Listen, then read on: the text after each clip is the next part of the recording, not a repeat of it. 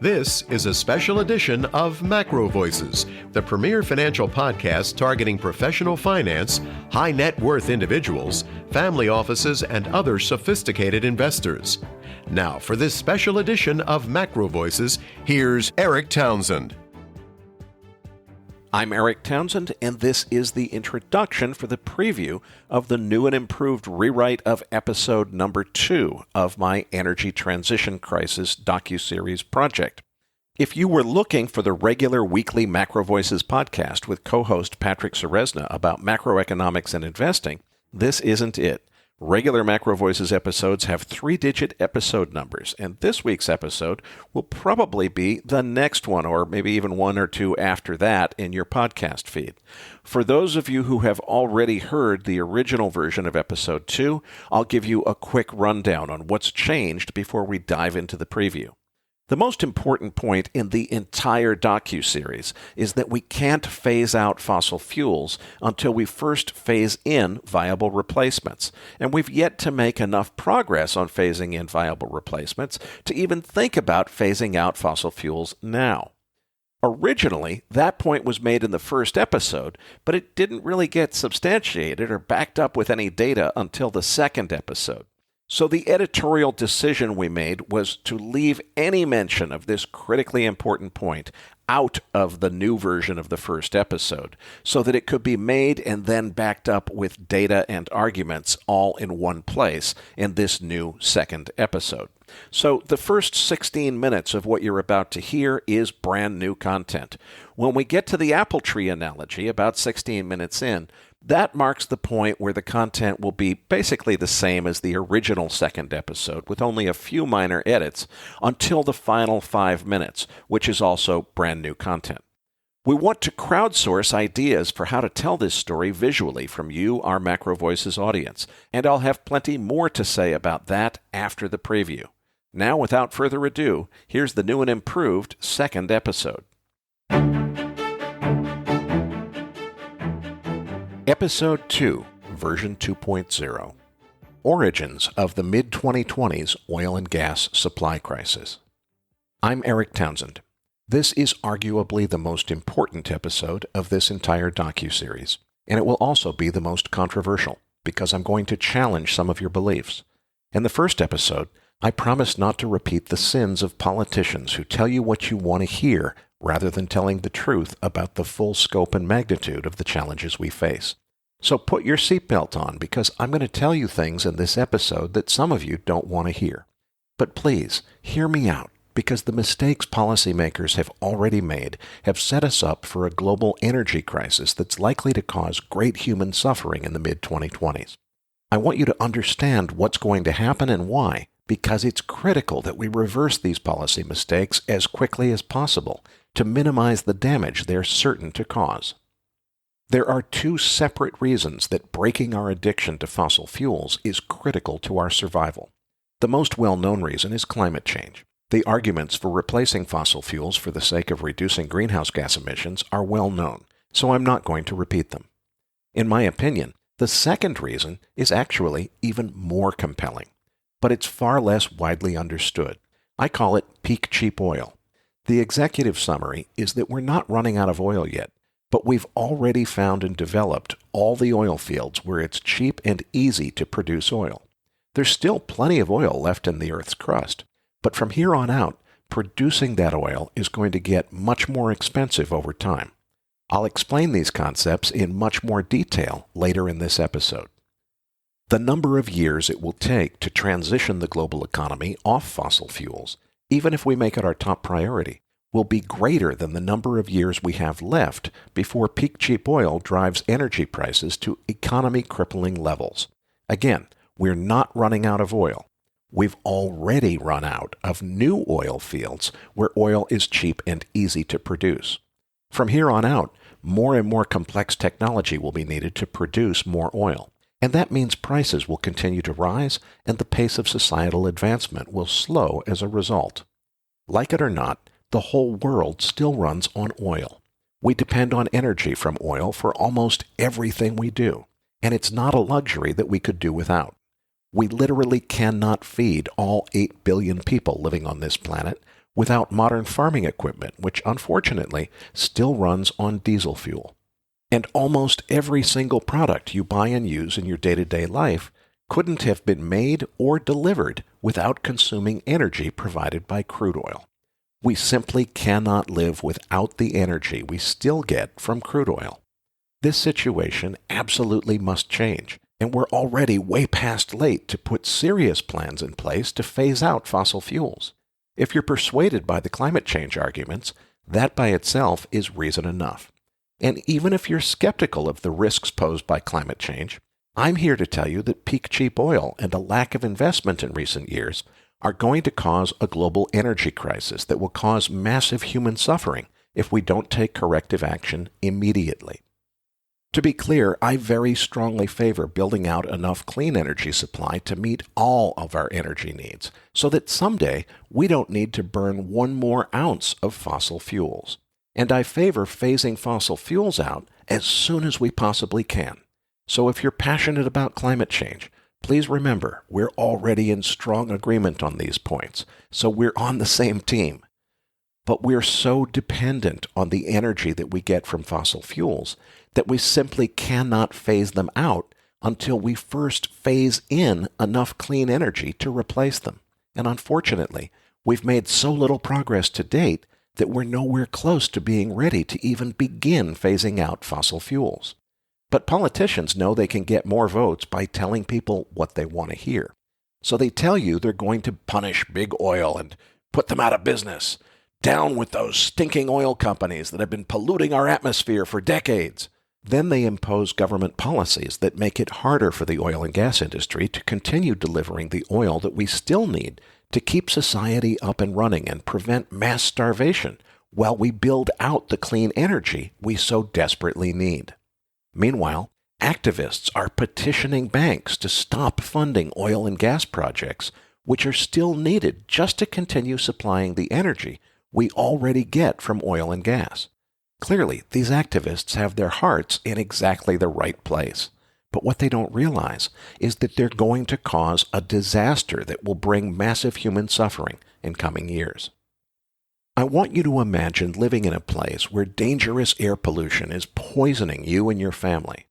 Would you respond by first denouncing the polluters and then stop breathing completely in protest just to make your point? Or would it make more sense to continue breathing while simultaneously demanding that the pollution be stopped and taking aggressive action to bring about that outcome? And how could a person who isn't breathing succeed at bringing about the needed change? A lot of people are understandably fed up with fossil fuels continuing to pollute our atmosphere. Their attitude is to just say no to fossil fuels. They feel we should do no further harm than we've already done to our environment, and they feel it's long past time to just stop oil in its tracks. If you feel that way, first and foremost, I want to applaud you for your passion and conviction for wanting to protect our environment. I agree it's long past time to solve our addiction to fossil fuels, and I agree that we've already wasted decades making next to no progress on a problem that's been well understood for a very long time. But now I'm going to ask you to please hear me out, because I want to make sure that you fully understand the implications of just stopping oil.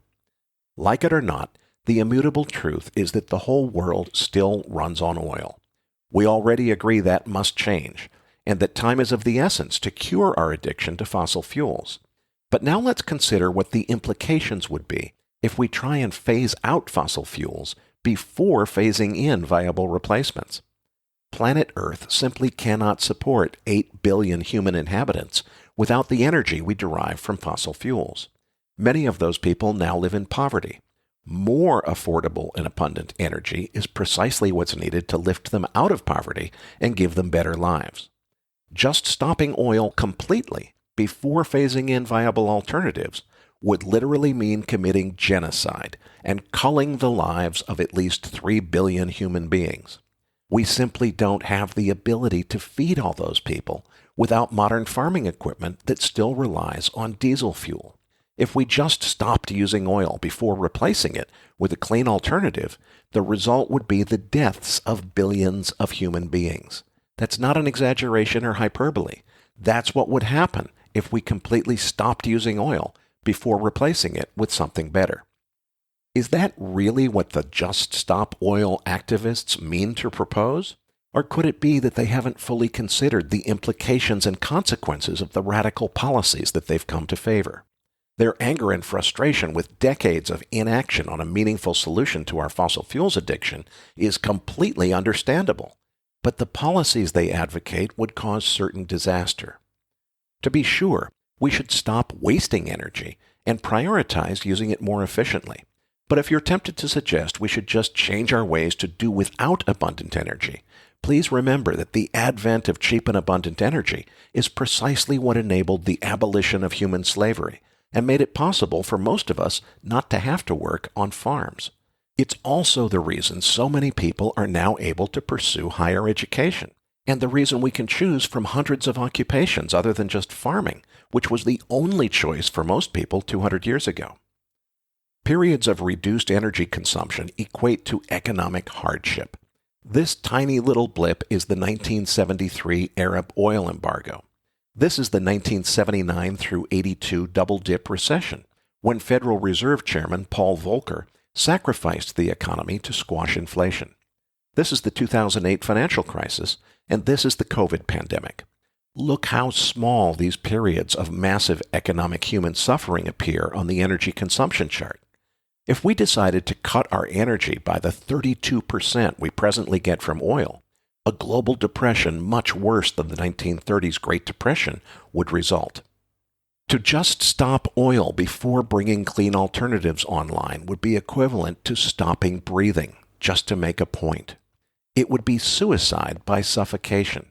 Now, don't get me wrong, we definitely need to stop wasting time and get serious about making some real progress. But phasing out fossil fuels before phasing in viable replacements isn't the solution. It's suicide by suffocation. From cancellation of the Keystone XL pipeline extension to withholding new drilling permits, government policy has shifted from solving the energy problem by creating more clean energy sources to exacerbating the problem by vilifying big oil and discouraging new oil and gas exploration and production, which unfortunately is still desperately needed for society to continue breathing. I predict that the direct result of discouraging and even penalizing new oil and gas exploration in recent years, combined with peak cheap oil, will be a global energy crisis starting in the mid-2020s, which could have been avoided. The crisis will cause massive human suffering and starvation, not to mention another global financial crisis that's likely to be worse than 2008. Gasoline, diesel, and electricity prices will all skyrocket, crippling the global economy and limiting economic growth and human prosperity until the crisis is eventually solved. In order to continue breathing, we cannot afford to scapegoat and punish the fossil fuels industry for the sake of political theater and emotional gratification. As much as it hurts to admit, we still desperately need fossil fuels in order not to suffocate while we're building out viable replacements, something that can only occur over a period of decades, not months or years. Remember, all the wind and solar ever built to date supplies less than 2% of our energy needs. Politicians don't want to face reality when it comes to how long it will take to solve this problem, because doing that would underscore how reckless and irresponsible they've already been by waiting so long before taking the problem seriously. Their most grievous sin has been perpetuating the common public perception that renewable energy initiatives have already cleared the way to begin phasing out fossil fuels. Wind and solar is a great start, but even with aggressive continuing investment, wind and solar alone won't be enough to replace fossil fuels by 2050. It's long past time for the public to be made aware of how monumental the challenge that lies ahead of us truly is. We've barely even started solving this problem, and we're still many years away from being ready to start phasing out fossil fuels. Now, don't get me wrong. After spending the last 15 years of my life trading and studying the global crude oil market, I'll be the first to acknowledge that the oil and gas industry has no shortage of shady characters among its leadership. And history includes plenty of examples of big oil lobbying lawmakers to adopt legislation that served the interests of big oil over those of we the people. So it's easy to understand why so many people have become outraged that fossil fuels still dominate our energy supply, decades after it became known that they cause climate-threatening pollution and deplete finite resources that can't possibly last forever. The situation we're in is outrageous and needs to be changed. But supergluing yourself to an airport runway, or vandalizing centuries-old masterpiece artworks by throwing tomato soup on them in museums, or stopping traffic on major roadways by climbing gantries and threatening to jump off, does absolutely nothing to reform the injustices these well-intended but badly misguided activists want to see reformed. I submit that the Just Stop Oil movement and many other environmental activists are focused on the wrong goal to the point that their efforts undermine rather than advance their own agendas. Specifically, trying to get rid of fossil fuels before installing suitable replacements is counterproductive. Doing so would literally cause mass starvation and human suffering. So my message to Just Stop Oil and other activists is that you have exactly the right idea, that we the people should demand change, but you're seeking the wrong change because you don't yet have an accurate understanding of the real problem. What we need to focus on, and what all of us should demand from our elected leaders, is an aggressive but realistic plan to build out clean, environmentally friendly energy sources that can really and truly replace the energy capacity of fossil fuels. That's not happening today. Instead, politicians are pretending that wind and solar alone can solve everything, and they're threatening our safety by trying to phase out fossil fuels before viable replacements are phased in. In the wake of the pandemic, I started noticing some very concerning signals in the crude oil market, which I traded professionally for well over a decade. The signals I've been monitoring since late 2020 are telling me that it's already impossible for the global economy to return to its full pre-pandemic growth trajectory because there simply isn't sufficient energy supply to meet demand in that scenario. Depletion of existing producing resources, lack of investment to replace them, damage done to the industry by the whipsaw in demand during the COVID pandemic, and exhaustion of spare production capacity are all coming together to form a perfect storm on the near horizon for the global crude oil market. And I'm convinced that a global energy crisis will be the unavoidable result. The energy crisis I predict will be driven by supply shortages of oil and natural gas, and it's going to be a really big deal. Therefore, understanding its origins is vitally important. This entire episode is dedicated to explaining why a global oil and gas supply crisis is coming, why it will have a crippling effect on society, and why it's already too late to prevent it. Let's start with an abbreviated tutorial of the history of oil production, focusing primarily on what you need to know in order to understand why the pace of societal advancement has already slowed considerably since I was a kid. I want you to imagine that your family has just inherited a beautiful farmhouse with a big, beautiful apple tree in the backyard, which you plan to harvest to help feed your family. In the beginning, it would be silly to spend money on ladders or take the personal safety risk of climbing the tree trying to pick the apples at the top. There's plenty of low-hanging fruit, ripe for the taking. So at first, it's a simple matter of walking out in the backyard and just reaching out and grabbing all the apples you need to make apple pie every night. But with the passage of time, you'll use up all the low-hanging fruit. You're still a long way from running out of apples. There are still plenty left on the higher branches. But now you need a stepladder to reach more apples. Once you have that stepladder, you won't need a full-height ladder for quite a while, because the next tier of apples was just a couple of feet beyond your reach without that stepladder. But in due time, you'll eventually have to work much harder to get the apples near the top of the tree. If you're farming these apples as a business, that will mean that the cost of production of each apple will keep getting higher as you have to work harder and harder to get the apples farthest out of reach from the ground. The oil industry works the same way, but over a much longer time period. In the beginning, there was so much crude oil in the Earth's crust that there were a few places, known as tar pits, where crude oil would just seep up to the surface all by itself. Think of this like the very lowest hanging fruit on the apple tree. It wasn't even necessary to drill an oil well to get a low-quality grade of crude oil. It seeped up from the reservoirs far below the surface all by itself. But that kind of crude oil wasn't suitable for refining into much other than asphalt for making roads with, because sunlight caused a lot of the lighter hydrocarbons that would have been useful for making fuels to evaporate off. Early oil wells, known as gushers, were akin to the small stepladder in the apple tree analogy. One of the very first and most famous gushers was named Spindletop. It was drilled 3 miles south of Beaumont, Texas in January 1901. In a gusher, the natural underground reservoir pressure is high enough that all you had to do is drill a hole in the ground, and once you did, crude oil came gushing out at high pressure all by itself. In the case of Spindletop, oil gushed out at the rate of over 100,000 barrels per day for 9 days straight before the well could be capped. Spindletop marked the beginning of the Texas oil boom and a turning point in energy history.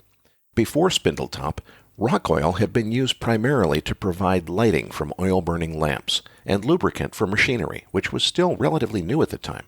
It was only after the abundance of Spindletop's gusher was fully appreciated that fuels developed from oil began to replace coal as the primary fuel for engines, starting with oil-fired steam engines and then later internal combustion engines, similar to those that still power most non-electric vehicles today. The analogy to low-hanging fruit of the apple tree is that in the beginning, the oil industry focused its efforts primarily on finding more gushers, oil fields with so much natural reservoir pressure that no more work was required than drilling a hole deep into rock below the surface to release oil that would pump itself to the surface under its own pressure. In the early days, when oil was discovered in reservoirs that lacked sufficient pressure to drive oil to the surface, oil producers generally just moved on looking for the next gusher. After all, why put all the effort into figuring out how to pump oil from below ground up to the surface if you could just move on to lower-hanging fruit in the form of another gusher where the oil flowed to the surface all by itself? The apple tree was still full of fruit in those early days. But before long, it was realized that oil fields with sufficient natural pressure to form gushers were becoming fewer and farther between. What's more, some oil fields that started out as gushers experienced a loss of reservoir pressure after a few years of oil production. In the beginning, they were just abandoned when they no longer had sufficient pressure for oil to pump itself to the surface without the need for any mechanical pumps. But even in those early days, geologists knew that they were wasting plenty of perfectly good oil below ground for the simple reason that they hadn't figured out how to get it up to the surface. Soon the lift pump was invented. Those gizmos you see in oil fields that look like birds bobbing up and down are called pump jacks, and they form the above-ground portion of a crude oil lift pump.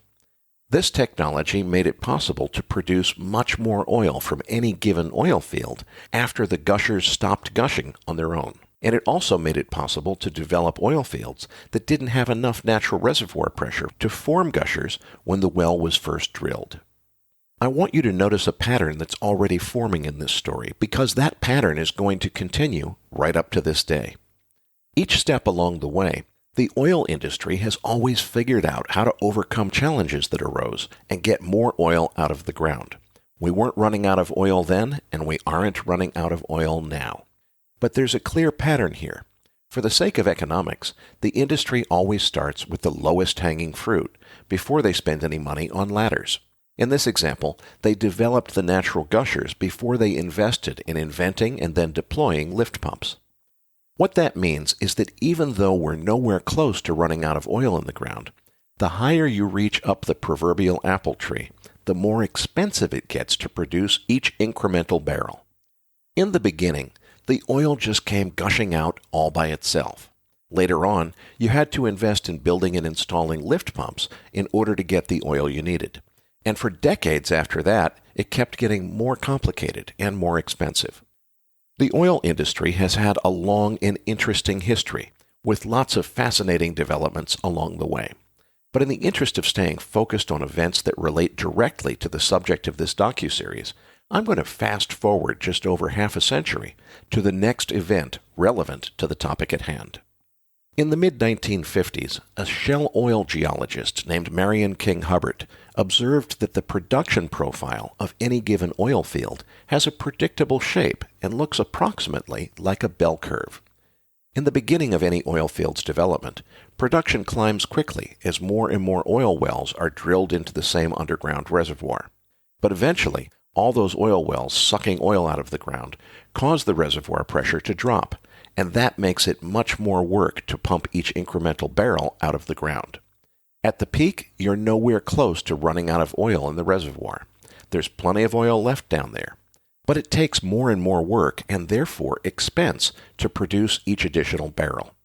The result is that production begins to decline predictably. Hubbert extended this theory to observe that the same phenomenon that applies to a single oil field applies to any collection or group of oil fields. In the late 1950s, Hubbert predicted that lower 48 United States oil production would peak around 1970, and that global oil production would peak around 2000.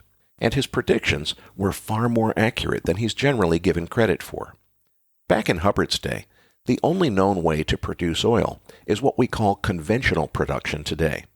That means drilling good old-fashioned oil wells on dry land or in shallow water, and then pumping oil out with lift pumps.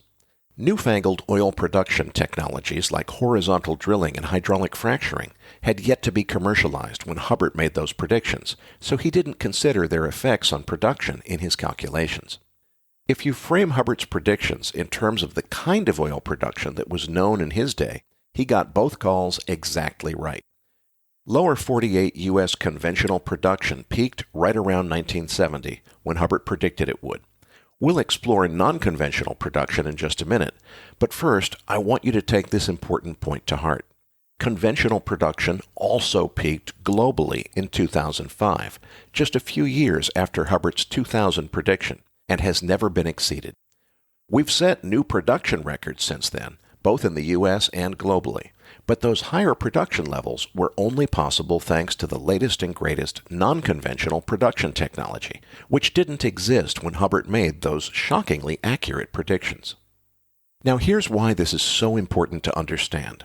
Think of conventional oil production as referring to the oil that's easy to find and cheap to get out of the ground. In other words, the apples on the bottom half of the apple tree. When all you need to do to produce crude oil is drill a hole in dry land or in shallow water, install a lift pump, and pump the oil out, it usually costs less than $20 per barrel to produce oil that way, even in today's inflated dollars. But unfortunately, we've already found and developed most of the conventional oil plays on planet Earth. It's very unlikely there will be any major new oil field discoveries which can be produced using the simple and cheap technology of conventional production.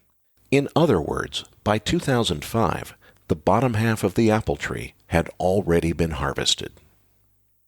Returning to our story, the 1950s and 1960s were a period of great prosperity, and that prosperity was directly enabled by cheap and abundant energy thanks to oil. We didn't yet realize how much damage we were doing to our environment with all the pollution and carbon emissions, but the economic benefits were profound, and quality of life advanced considerably in those decades. Lower 48 U.S. production peaked around 1970, just like Hubbert predicted, and energy prices started to rise. The 1973 Arab oil embargo greatly intensified the problem, and the 1970s energy crisis ensued. It's no coincidence that the 1970s were a decade remembered for crippling stagflation, poor performance of the stock market, and generally difficult economic times for all of society. Remember, societal complexity and the pace of advancement of the human species is a function of the amount of cheap and abundant energy available to the economy. We starved the economy of energy in the early 1970s, and we paid a high price for the rest of the decade. Another important trend of the 1970s was the women's movement, which liberated women, allowing them to pursue careers on equal footing with men. Obviously, the women's movement was a good thing, but the consequence that's seldom appreciated is that the positive effect of women gaining the freedom of choice muted our awareness of just how badly the 1970s energy crisis damaged our standard of living. Prior to the 1970s, before U.S. lower 48 conventional oil production peaked, and before the Arab oil embargo, one man's salary was entirely sufficient to provide for a family of four and a respectable middle-class lifestyle. Of course, it was an injustice when women were not allowed to pursue careers, but my point is that before the 1970s energy crisis and ensuing economic stagflation, one salary was all that was needed to provide for an entire family. All other factors being the same, when women began careers, creating dual-income households, our standard of living should have improved dramatically thanks to all that additional income. But it didn't. By 1980, working was no longer a choice for women. It was a necessity, because by then, two incomes were needed to experience the same standard of living that was possible in the 1960s with just one person earning enough money to provide for an entire family. By the 1980s, oil prices had come back down in inflation-adjusted terms. Some people believe that President Reagan brilliantly architected a master plan to bankrupt the Soviet Union by suppressing global oil prices, starving the Soviets of their primary export revenue source, while simultaneously forcing them to spend beyond their means in the arms race. Other people give Reagan far less credit and suggest it just happened to work out that way without any master plan conceived by the president.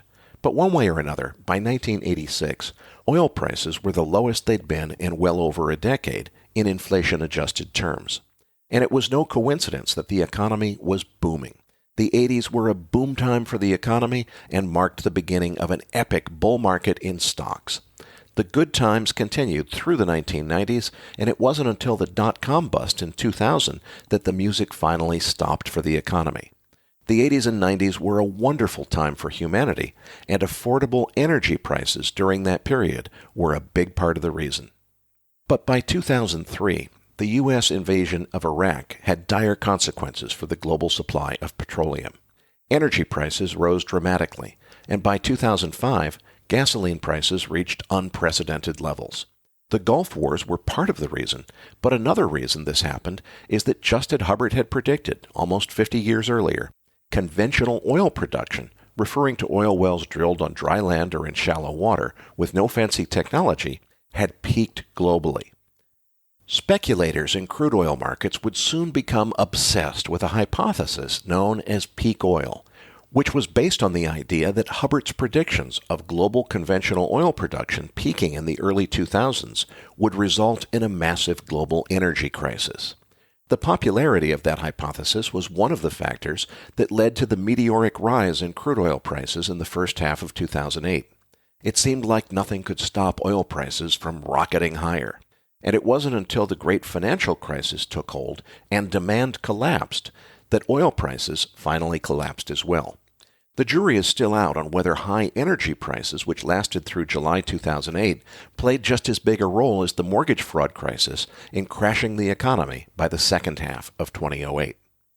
In my opinion, the peak oil crowd had exactly the right idea.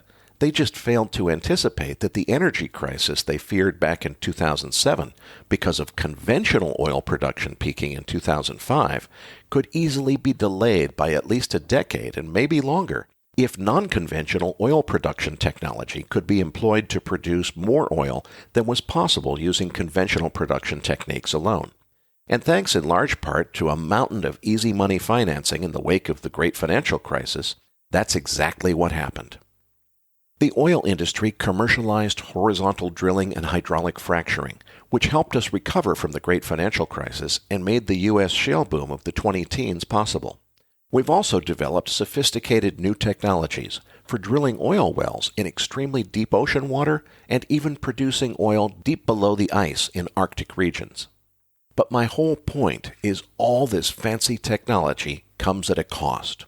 We haven't run out of oil yet, but gushers like Spindletop that made it possible to produce oil for $5 a barrel or less are a distant memory. The low-hanging fruit at the bottom of the proverbial apple tree is long gone, and all the cheap and easy-to-produce oil accessible with conventional production has already been found, and that kind of oil production already peaked in 2005. Since then, so-called tight oil plays, deepwater offshore drilling, and other exotic and costly technologies are needed to meet global demand for crude oil. And that means that the cost of production will keep going up. It's completely impossible for global oil prices to drop below $40 a barrel in anything short of a global pandemic collapsing demand, because it costs more than that to produce each marginal barrel using the techniques which are now required to produce all the oil needed to meet global demand. The U.S. shale oil boom of the 2010s was enabled primarily by a mountain of easy money financing, thanks to unprecedented loose monetary policy from central banks in reaction to the 2008 Great Financial Crisis. The shale boom brought energy prices down dramatically, and it's no coincidence that the economy and stock market bounced back with vigor as soon as energy became affordable again.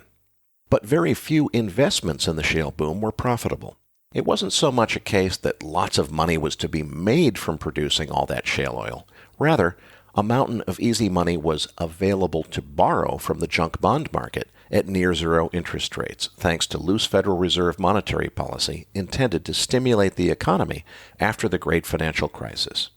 That mountain of easy money enabled the shale boom of the 2010s, but that series of events is very unlikely to be repeated. And shale oil works like an apple tree, too. The shale oil producers carefully prioritized their production activities to focus on the low-hanging fruit first. They drilled and fracked their first shale wells in the very most productive deposits known in the industry as sweet spots, leaving the less financially attractive drilling sites for later development. The point is that while the shale boom may not be over, the cheapest low-hanging fruit shale oil has already been produced, and production costs are unlikely to come down from here. Energy costs more than double what it did when I was a kid, even after adjusting for inflation. And that directly translates to two incomes rather than one being needed to provide for a family of four with a typical middle-class lifestyle. It means much harder economic times now than in the 1950s and 60s, and the pace of societal advancement slowing to half what it was when I was a kid. Remember the core lesson of this series. The pace of advancement of human society is a function of the amount of cheap and abundant energy available to the economy. As energy becomes more expensive as a percentage of global GDP, the global standard of living goes down, and the pace of societal advancement slows. And that's been happening for more than 50 years now, thanks to the ever-increasing cost of energy as we slowly move higher up the apple tree. If we can find a way to replace fossil fuels with new sources of energy, which are even cheaper and more abundant than energy was when I was a kid, and I'm convinced we can, then it will be possible to offer the entire planet the kind of prosperity which is only known to the rich today. I'll return to that subject in the next episode of this series. But unfortunately, there's still more bad news to come about what I see on the near horizon for oil and gas markets, so let's return to that subject now. Climate change became the favorite buzzword of politicians by the 2010s, and it's about time we finally started to get serious about solving our addiction to fossil fuels. We should have started decades earlier, but there's nothing we can do now to change history. Around the same time, a trend known as ESG began in the investment management business. ESG stands for Environmental, Social, and Corporate Governance Responsibility.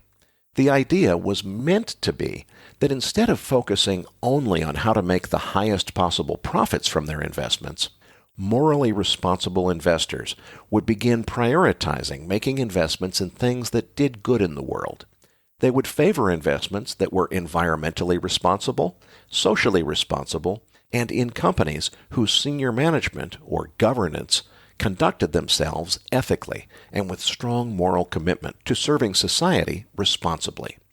To be clear, nothing could possibly be more noble, more honorable, more laudable, or just plain more awesome than the owners of wealth finally starting to take responsibility to invest their wealth in ways that focused on making the world a better place for all of society, as opposed to only paying attention to how the rich could make themselves even richer. So my hat is off to every single investor who embraced ESG in the beginning, believing that it was a way to use their wealth to make the world a better place for all of us. But unfortunately, the folks on Wall Street who were entrusted to invest those ESG investors' money in environmentally and socially responsible ways didn't all share the same moral compass as the investors who entrusted them to do the right thing.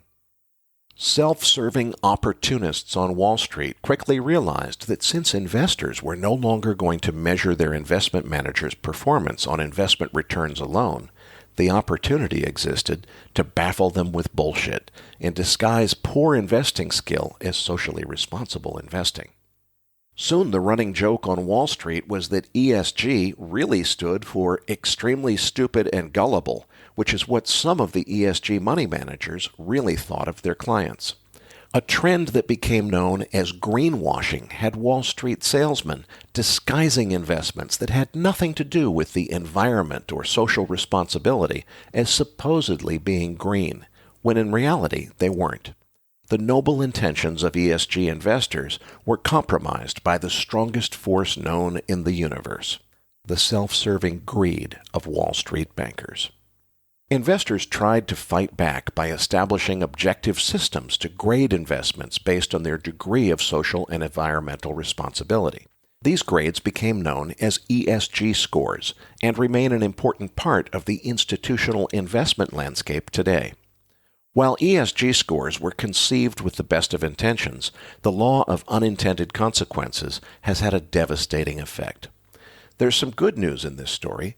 Renewable energy projects based on wind and solar get the highest ESG scores, and this has helped attract needed capital to those industries. And that's a good thing because we very desperately need to phase in clean energy sources so that we'll eventually be able to phase out fossil fuels. Returning to the devastating effect of unintended consequences, virtually all investments in extractive industries such as mining and oil and gas exploration and production have the worst ESG scores, and that's made these sectors off-limits for many institutional investors. Having oil and gas stocks in your portfolio has literally been a career-threatening offense for many institutional money managers in recent years. The result was a lack of investment that was desperately needed just to maintain current levels of oil and gas production. Returning to Hubbard's Peak discussed earlier, all conventional oil fields experience a production profile that looks like this. As producing wells peak and move into steady decline, new wells need to be drilled just to maintain the current production level. In the case of shale wells, which is where most of the growth has been in the last decade, the production decline curves are much steeper. The reason shale wells can produce so much oil is that the procedure of hydraulic fracturing literally cracks the rock containing the oil, allowing it to flow into the well and to be pumped to the surface.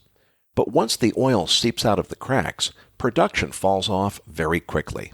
Therefore, with shale oil in particular, lots of new drilling and fracking is needed just to maintain current production levels, because existing producing wells are constantly declining in their rate of production. Lack of investment means we're not bringing new producing assets online fast enough to keep up with declining production of the older assets. The result is that global oil supply hasn't recovered to its pre-pandemic levels. More to the point, I don't expect oil production to grow sufficiently to allow a full economic recovery from the recession, because the investment needed to bring about that outcome just plain hasn't occurred. After going negative during the pandemic, oil prices had risen to their highest level in 5 years by summer of 2021, long before the February 2022 invasion of Ukraine. That was a strong sign that we simply don't have enough oil supply to meet demand. And then in January 2022, prices rose even higher, before the Ukraine invasion. And that happened when China, the world's biggest consumer of crude oil, was still locked down hard with its zero-COVID policies in full effect, muting demand. Goldman Sachs and several other analysts predicted that China's economy reopening would cause oil prices to skyrocket even higher. But by the time China began relaxing zero-COVID policies in December 2022, many economists were predicting a global recession and expectations of collapsing demand, and also the United States continuing to draw down on its strategic petroleum reserve caused oil prices to drop considerably from their peak just after the Russian invasion of Ukraine. Whether demand destruction from the recession will be enough to keep oil prices down for the full duration of the recession was unknown at the time of this recording. But what I feel certain of is that because of insufficient investment to replace declining supply, the global oil market simply does not have the supply needed to allow the global economy to recover from recession and return to its pre-pandemic growth trajectory. There just isn't enough oil supply for that to happen. And all of this is before considering any war-related effects. Oil demand in 2022 slightly exceeded 2019 demand, despite that China was still locked down and international air travel hasn't fully recovered. To resume pre-pandemic economic growth trajectory, we need more oil than we consumed before the pandemic, and we just plain don't have it. Meanwhile, if Russia were to weaponize oil prices and withhold some of its exports for the intentional purpose of crippling the global economy with much higher oil prices, they could do so very easily. And there's almost no limit to how big the resulting oil price spike would be or how crippling it would be to the global economy. There's another dimension to the global oil market that's essential to understand. OPEC, the Organization of Petroleum Exporting Countries, has played a key role in determining the cost of energy since its inception in 1960. The 1973 Arab oil embargo discussed earlier was orchestrated by OPEC members led by Saudi Arabia as a sanction against countries, including the United States, that had supported Israel during the Yom Kippur War. For decades, the way the system worked was that OPEC members agreed to produce less oil than they theoretically could in order to avoid flooding the global market with too much oil and collapsing prices. For virtually all of OPEC's 63-year history, the name of the game has been to always produce and export less oil than the maximum amount possible. The difference between the amount of oil actually produced and the maximum amount of oil which could theoretically be produced if OPEC members pulled out all the stops and produced as much oil as they possibly could is known as spare capacity. Exactly how much spare capacity each OPEC member country had at any given moment in time has been a closely guarded secret for decades. OPEC derives its pricing power from agreeing to produce less than its full spare capacity would allow. And that means the more spare capacity OPEC has overall, the more power it has to control the global price of crude oil. From a negotiating advantage standpoint, it never made sense until very recently for OPEC members to reveal the full details of their spare capacity limits to the oil importing countries. In the last few years, OPEC has almost completely run out of spare capacity. In the old days, the OPEC member countries would agree to production quotas limiting the amount of oil each member country was allowed to produce and sell on the international market. But cheating was rampant, and the quotas were seldom fully complied with. It was normal for most member countries to try and get away with producing above their quotas so that they could make more money. But for the last few years, most OPEC members have consistently failed to meet their production quotas. In other words, they've been producing less oil than they're allowed to produce under the OPEC quota system. That's incredibly significant because it means they've run out of spare capacity completely and are already producing as much oil as they possibly can. Put another way, there is no decision that can be made in any OPEC meeting to cause those countries to start producing more oil than they already do today. They're already pedaling as fast as they can. Meanwhile, the language used in OPEC press briefings curiously changed in 2022. They used to talk about quotas. Now they've begun using the phrase targets, as if they're struggling to produce as much as the target, as opposed to restraining themselves to not produce beyond the quota. Saudi Arabia and the United Arab Emirates are the two notable exceptions to this. Saudi Arabia currently produces about 11 million barrels per day. In 2022, they announced that their maximum production capacity is 12 million barrels per day, and that it would never be possible to increase their production beyond 13 million barrels per day, even with additional investment. Keep in mind that they derive negotiating power by overstating their spare capacity, so it's very unlikely these figures are low, and entirely possible they could be high. Saudi Arabia has at most 1 million barrels per day of spare capacity beyond current production levels, and even that might be a stretch. United Arab Emirates also has some spare capacity, but it's less certain how much. The real point is, OPEC no longer has anywhere close to the ability it used to have to limit oil prices by increasing production. Most member countries have been producing every barrel they possibly can for several years now, and the very few that have any spare capacity at all don't have much. The implications of this are staggering. For example, I've argued that if Russia wanted to weaponize oil prices as a tool of economic warfare, they might simply withhold half of the 8 million barrels per day that they normally export, taking 4 million barrels per day off the global market. OPEC clearly doesn't have sufficient spare capacity to increase production by 4 million barrels per day. At first, it's tempting to think Russia could never afford to withhold half of its oil exports because of the revenue loss that would cause. But if doing so resulted in a doubling of the global price of crude, they wouldn't lose anything. But even setting aside war-related risks, the global crude oil market is already showing very strong signs of being completely tapped out. Most OPEC member countries are producing as fast as they can and have no spare capacity. U.S. shale production has recovered nicely since the pandemic, but has begun to plateau at just over 12 million barrels per day as of this recording. In order to arrest skyrocketing gasoline prices, President Biden ordered the release of more than 200 million barrels of oil from the U.S. Strategic Petroleum Reserve, which was meant to be an emergency supply to be used in time of war or when foreign imports were otherwise cut off, not as a tool to suppress oil prices in a midterm election year. The SPR releases created up to 1 million barrels per day of artificial supply, which is not sustainable. The U.S. SPR hasn't been run dry yet, but as of this recording, it was at its lowest level since 1983 and was still being drawn down. Putting this in context, the amount of oil that was drawn down from the U.S. SPR exceeded 1 million barrels per day at times during the autumn of 2022. That's as much as the entire spare capacity of Saudi Arabia, implying that if the U.S. hadn't drawn down the SPR and Saudi Arabia had to make up the difference, doing so would have completely consumed all of Saudi Arabia's remaining spare capacity. It's important to understand that crude oil prices are prone to dramatic price moves in reaction to even small imbalances between supply and demand. For decades now, the oil market has played a juggling game where there was always some spare capacity in the system and plentiful inventory in the storage tanks.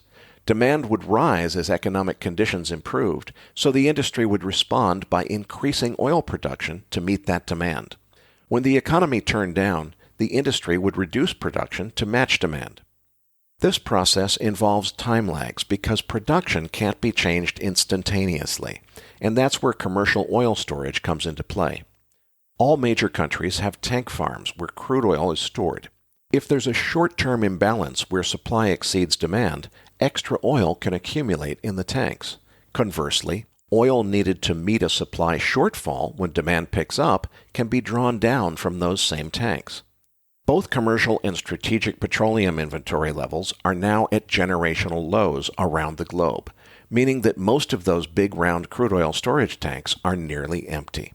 That means that as economic conditions improve and demand picks up, there's not enough oil in the tanks to draw upon to meet that increased demand until more supply can be brought online.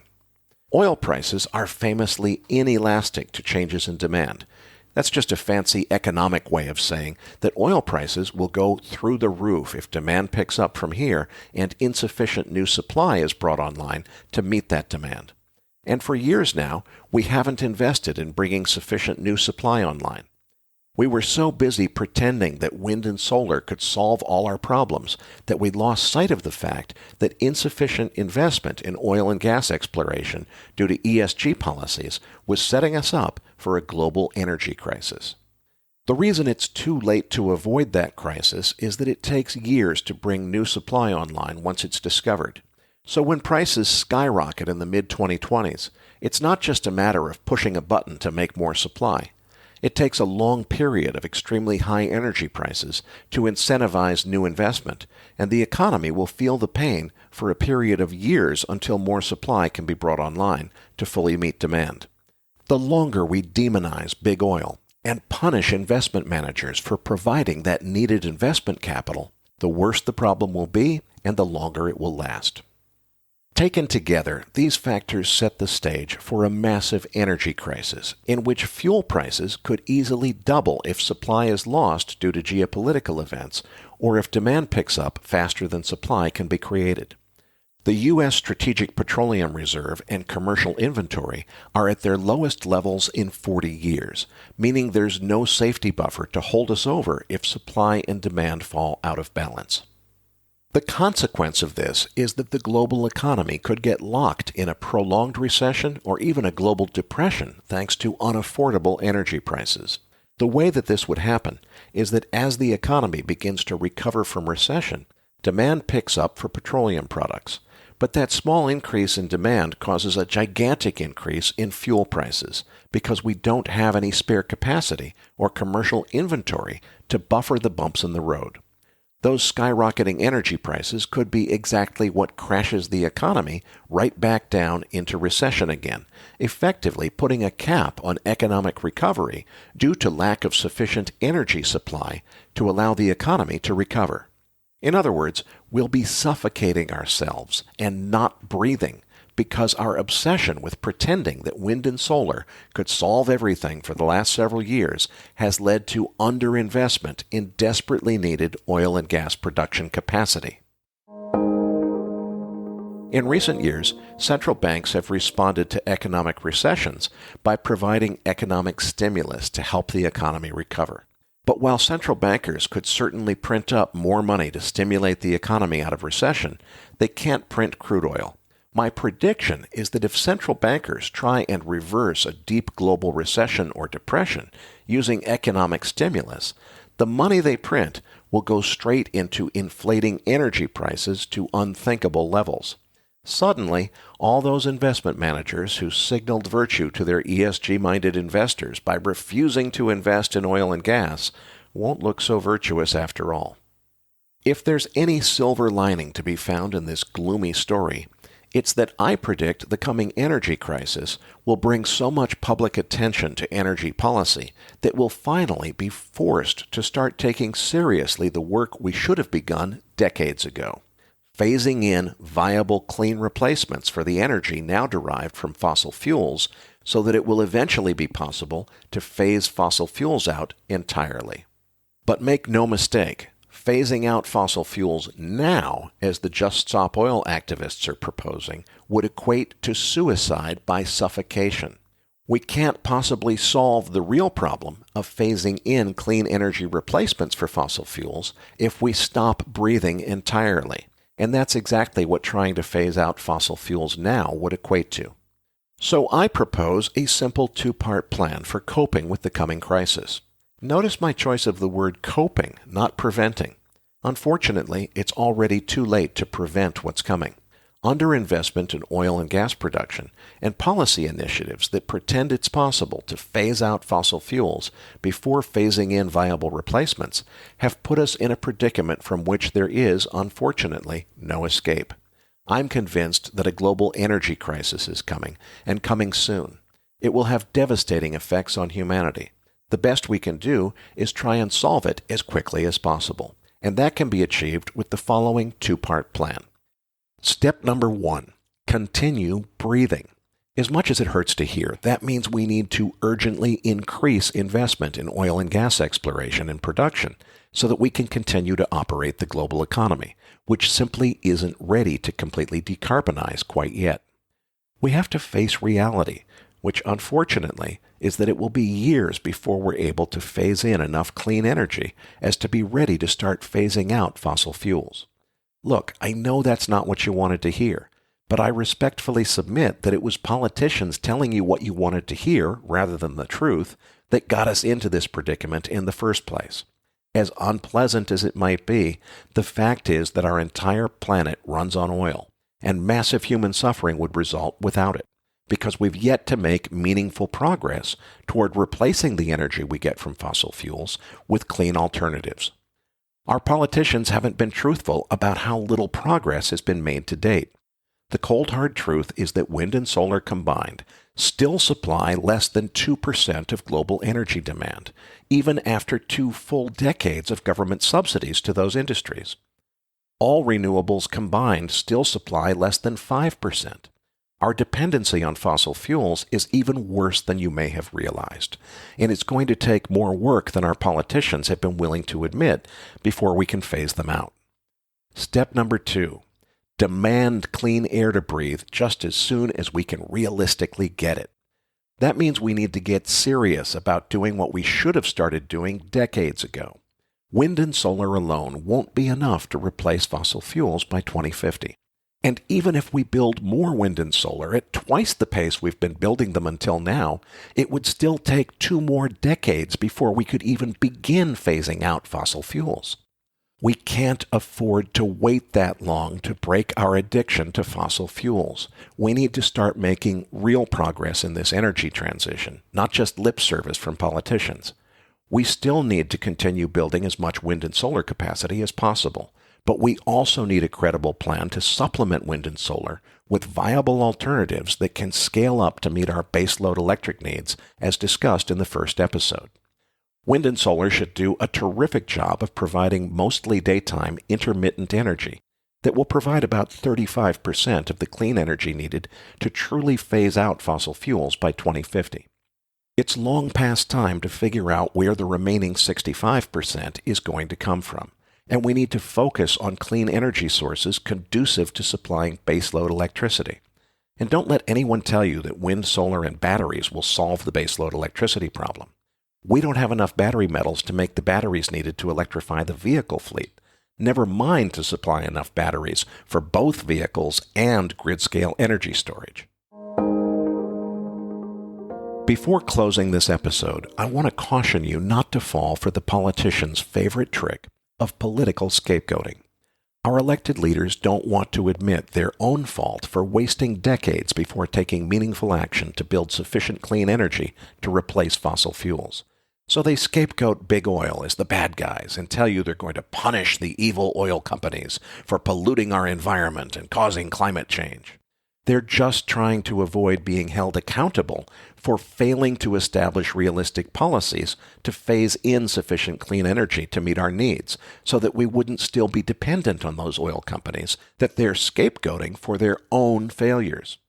The oil companies produce a vitally important commodity that we still desperately need. They're not the ones who set the policies, and they're not the ones who pollute the atmosphere by burning all the oil they produce. The polluting is done by everyone who consumes their petroleum products, and we do it because we have no viable alternative. The oil companies are not the ones who failed to build sufficient clean energy alternatives. It's our elected leaders who failed to act and who should be held to account. I'm only aware of 2 plausible alternatives for producing the rest of the clean energy we need beyond wind and solar to eventually phase out fossil fuels, and we urgently need to pursue both of them aggressively, making them top priority in public policy. The remaining 3 episodes in this docuseries will explore those 2 alternatives in detail.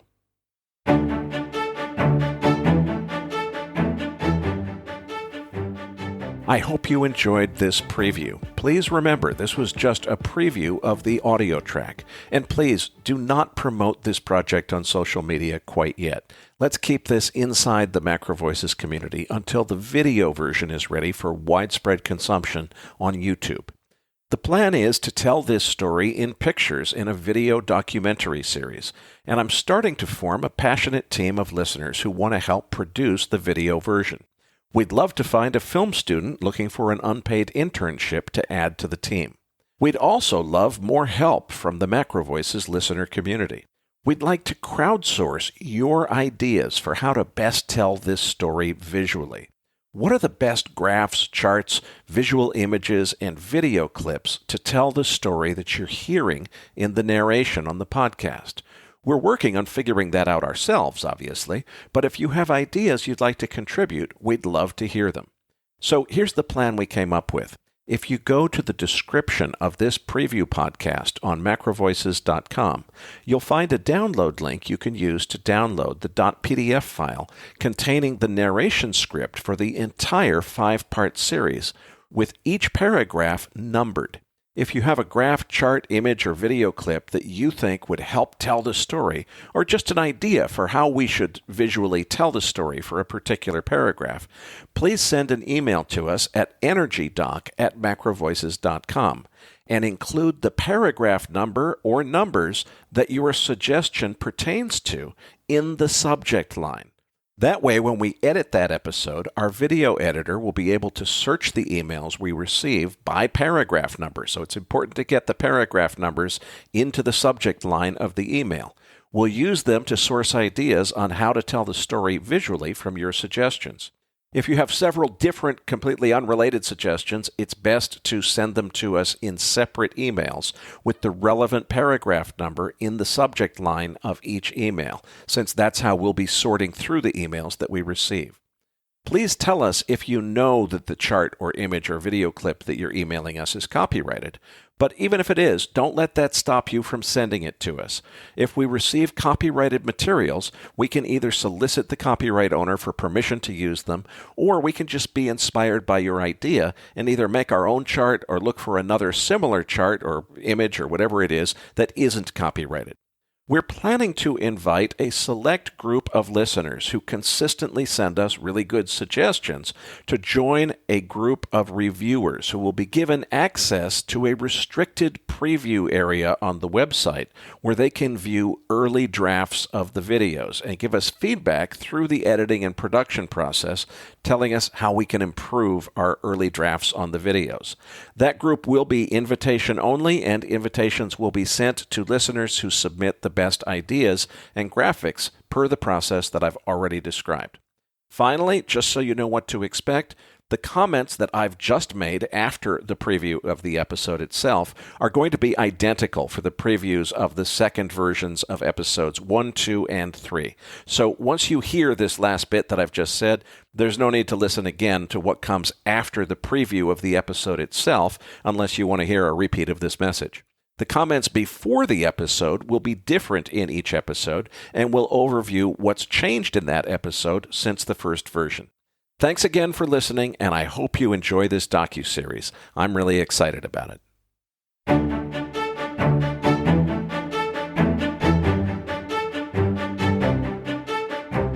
That concludes this edition of Macro Voices. Be sure to tune in each week to hear feature interviews with the brightest minds in finance and macroeconomics. Please register your free account at www.macrovoices.com. Once registered, you'll receive our free weekly Research Roundup email containing links to supporting documents from our featured guests and the very best free financial content our volunteer research team could find on the internet each week.